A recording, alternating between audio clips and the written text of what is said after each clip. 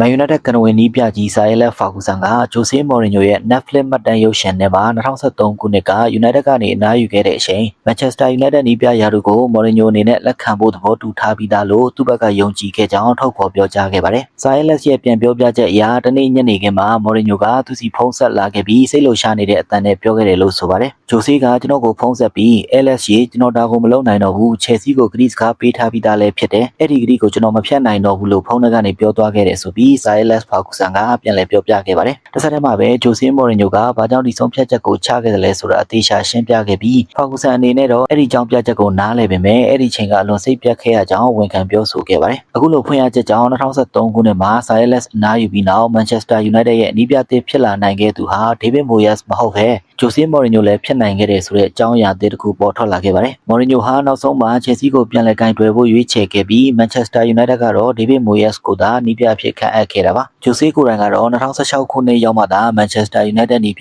ြဖြစ်တောင်းယူခွင့်ရရှိခဲ့ပြီးသူ့လက်ထက်မှာ League ဖလား Community Shield နဲ့ Europa League ဖလားတွေကိုစုခုပေးနိုင်ခဲ့ပါတယ်။တကယ်လို့ Jose Mourinho သာ2013ခုနှစ် Ferguson ထွက်ခွာစဉ်ကတည်းက Old Trafford ကိုရောက်လာခဲ့မယ်ဆိုရင် Sir Alex ခေတ်အပြီးကူးပြောင်းကာလဟာလုံးဝကွဲပြားသွားနိုင်လောက်ပါတယ်။ဒါပေမဲ့ Mourinho အနေနဲ့ကတိတစ်ခုကိုတန်ဖိုးထားပြီး Chelsea အသင်းကိုပဲဆက်လက်ရွေးချယ်ခဲ့တာကလည်းသူ့ရဲ့စိတ်နေစိတ်ထားနဲ့သစ္စာရှိမှုကိုပြသနေတဲ့ဖြစ်ရပ်တစ်ခုလို့ဆိုနိုင်ပါတယ်။ Manchester United ဟာပြင်သစ်ကလပ် Monaco ကွင်းလယ်လူ Lamine Camara ရဲ့အခြေအနေကိုစောင့်ကြည့်နေဆဲဖြစ်တယ်လို့သိရပါတယ်။ Monaco ဘက်ကတော့ Camara အတွက်သတ်မှတ်ထားတဲ့ယူရိုသန်း90တန်ကြေးကိုအပြည့်အဝရရှိမှသာရောင်းချဖို့စဉ်းစားမှာဖြစ်ပြီးရှော့ဈေးနဲ့ညှိနှိုင်းသွားဖို့ဆန္ဒမရှိဘူးလို့ဖော်ပြထားပါတယ်။ဒါကြောင့် Manchester United အသင်းဘက်ကဒီကစားသမားကိုတကယ်တမ်းခေါ်ယူဖို့ရှေ့ဆက်ကြိုးစားမယ်ဆိုရင်ဆွေးနွေးမှုတွေကအချိန်ကြာမြင့်နိုင်ပြီးခက်ခဲတဲ့ညှိနှိုင်းမှုတစ်ခုလည်းဖြစ်လာနိုင်ပါတယ်။အသက်22နှစ်အရွယ်စီနီဂေါလက်ရွေးစင်ကွင်းလယ်ခန်းစစ်ကစားသမား Camara ဟာဘောလုံးပြန်လည်လူယူနိုင်စွမ်းနဲ့လင်မြန်တဲ့ box to box ကစားဟန်ကြောင့်ဥရောပအသင်းကြီးများစွာရဲ့စိတ်ဝင်စားမှုကိုရရှိနေသူလည်းဖြစ်ပါတယ်။ဒီအသလက်ရဲ့ဖော်ပြချက်အရ Manchester United ဟာ Lewis Hall ကိုခေါ်ယူဖို့မအောင်မြင်ခဲ့တဲ့နောက် RB Leipzig အသင်းရဲ့ဘယ်နောက်ခံလူ David Ram ကိုခေါ်ယူနိုင်ရေးစဉ်းစားနေတယ်လို့သိရပါတယ်။28နှစ်အရွယ်ဂျာမန်လက်ရွေးစင်ကစားသမားဟာတိုက်စစ်ပိုင်းအားတာတဲ့ဘယ်နောက်ခံလူတစ်ဦးဖြစ်ပြီးပြီးခဲ့တဲ့3ရာသီအတွင်းပြိုင်ပွဲစုံမှာဂိုးဖန်တီးမှု28ကြိမ်အထိပြုလုပ်နိုင်ခဲ့ပါတယ်။ Crossing အရေးသွေး set piece delivery နဲ့ attacking contribution တွေက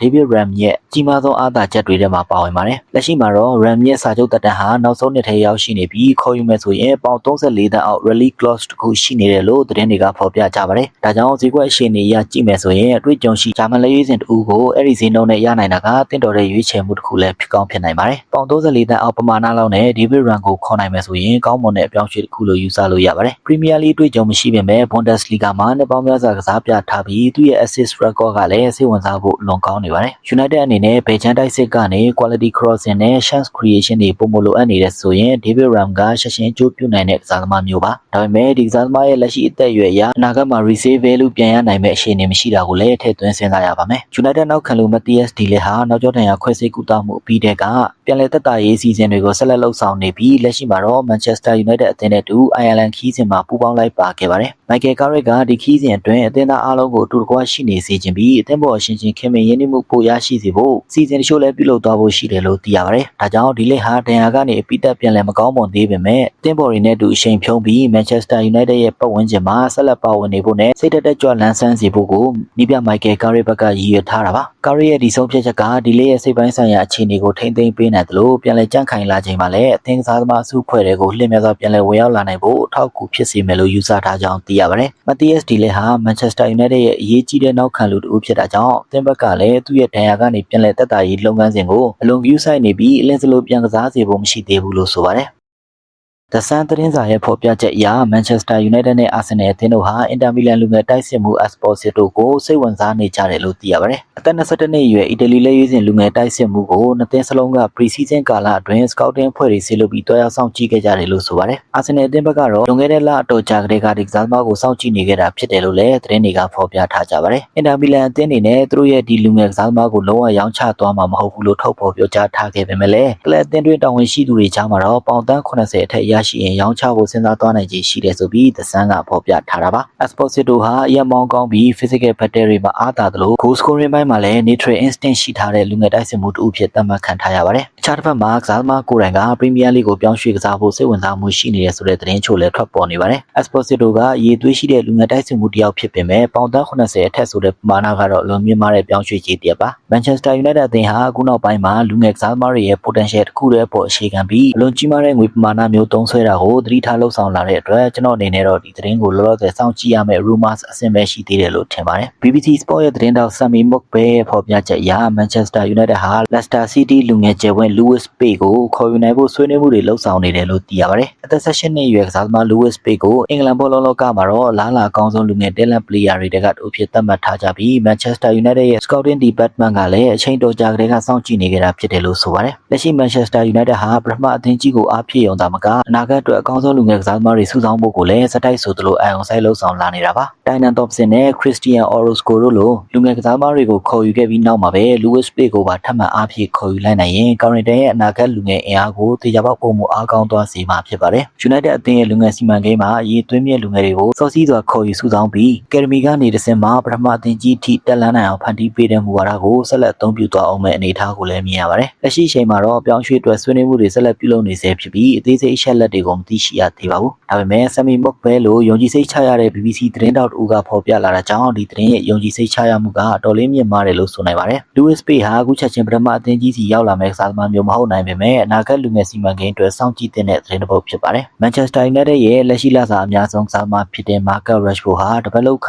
ပေါင်3,2500ဝန်းကျင်နဲ့နှစ်လောက်ခစုစုပေါင်းပေါင်16တန်းနီးပါးရရှိနေဆဲဖြစ်ပါတယ်ဒါပေမဲ့ပရိသတ်ရှို့ကြားမှာတော့ Rashford ရဲ့လက်ရှိအခြေအနေပေါ်မေးခွန်းထုတ်စရာဖြစ်လာနေပါတယ်ပြီးခဲ့တဲ့ရာသီတွေမှာပုံမှန်ရှေ့ဆန်းပျောက်ဆုံးခဲ့သလိုအသင်းပေါ်သဘောထားနဲ့ပတ်သက်ပြီးလည်းဝေဖန်မှုတွေခံခဲ့ရတာပါအဲဒါကြောင့် Rashford အနေနဲ့ United ရဲ့လက်စာအများဆုံးကစားသမားတူဖြစ်နေစေဆိုတာပရိသတ်အများစုကလက်မခံနိုင်တဲ့အခြေအနေမျိုးရှိနေပါတယ်လက်ရှိ United ရဲ့တိုက်စစ်ပိုင်းကိုကြည့်မယ်ဆိုရင် Matthias Cunha, Brian Mbeumo, Benjamin Sesko နဲ့ Ahmed Diallo တို့လိုကစားသမားတွေရှိနေပြီးပို့ထွက်ခွင့်နေရအတွက်ပြိုင်ဆိုင်မှုကတေချာပေါက်အလွန်ပြင်းထန်လာမှာပါဒီအခြေအနေအောက်မှာ Rashford အနေနဲ့ပွဲထွက်ကစားသမားနေရာကိုပြန်လည်ရယူဖို့ဆိုတာဘယ်လိုမှလွယ်ကူမှာတော့မဟုတ်ပါဘူးကဲလို့ပုံမှန်ပွဲထွက်ခွင့်မရပဲအရန်ခုံမှာပဲချိန်ကုန်ဆုံးရမယ်ဆိုရင်သူ့ရဲ့များပြားတဲ့လက်ဆောင်ငွေကိစ္စကပရိသတ်တွေကြားဝေဖန်တရားအနေနဲ့ပိုပြီးထင်ရှားလာနိုင်ပါတယ် Marcus Rashford ရဲ့လက်ဆောင်ပမာဏကအသင်းအတွက်စိန်ခေါ်မှုတစ်ခုဖြစ်နေတာကတော့အမှန်ပါပဲ Rashford အနေနဲ့အကောင်းဆုံးပုံစံကိုပြန်ရှာတွေ့နိုင်ခဲ့ရင်ပွဲတစ်ပွဲကိုအလှည့်ပြောင်းဖြစ်စေနိုင်တဲ့အရေးသွေးမျိုးကရှိနေသေးပါဒါပေမဲ့လက်ရှိအချိန် Manchester United တိုက်စစ်ပိုင်းမှာ Cunha, Sesko,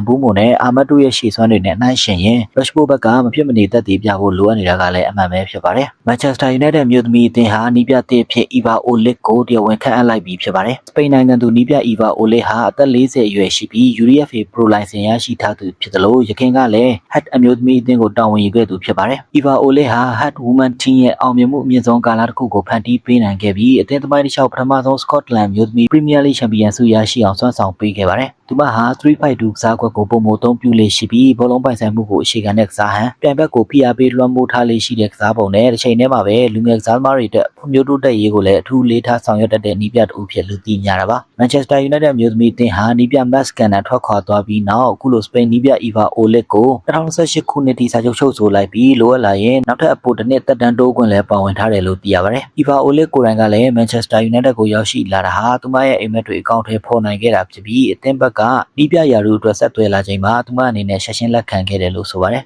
Head Women Team ကိုအောင်မြင်မှုရရှိအောင်ဦးဆောင်ပေးနိုင်ခဲ့သလိုလာမယ့်ရာသီတွေမှာ Eva Olic တယောက် Manchester United အမျိုးသမီးအသင်းကိုပဲအဆင့်ထိတိုးတက်လာအောင်ဦးဆောင်ပေးနိုင်မလဲဆိုတာကစောင့်ကြည့်ကြရမှာပါ